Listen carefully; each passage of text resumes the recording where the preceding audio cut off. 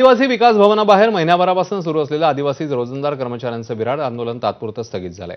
सरकारने मागण्या मान्य न केल्यामुळे आंदोलक आक्रमक झाले होते। कंत्राटी पद्धतीने भरती करणाऱ्या कंपनीच्या विरोधात आंदोलकांनी प्रतिकात्मक अंत्ययात्रा काढली। दरम्यान आंदोलकांनी प्रशासनाला 16 ऑगस्टपर्यंत अल्टिमेटम दिलं।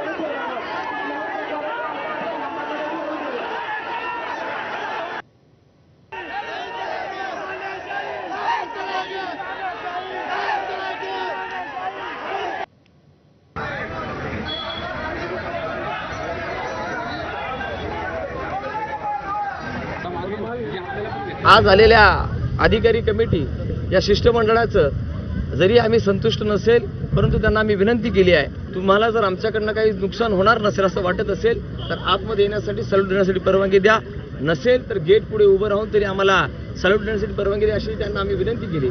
परंतु आमच्या ज्या मागण्या आहेत त्या मागण्या अगदी 16 ऑगस्टच्या 3 वाजेपर्यंत आमच्या पूर्ण नाही झाल्या तर आम्ही सांगितलंय, आम्ही राष्ट्रपिता महात्मा गांधी सुद्धा पुस्तकातून शिकवतो, सुभाषचंद्र बोस सुद्धा शिकवतो, आणि मग जर असं काही होत नसेल तर मूछ पिळून मात्र भगतसिंग आम्हाला दाखवावं लागेल। याचा विसर या महाराष्ट्र शासनाने आमच्या विभागाने पडू नये।